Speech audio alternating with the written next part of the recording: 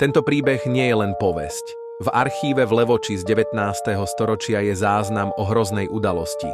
Išlo o matku z malej dediny pod Tatrami.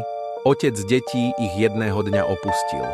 Ona ostala s 2 malými deťmi, chlapcom a dievčatkom.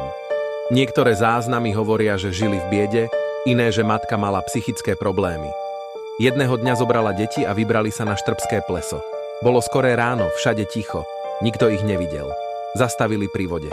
Deti sa vraj usmievali a ona ich zatlačila pod hladinu, bez kriku. Len voda a ticho. Po chvíli zostala na brehu sama.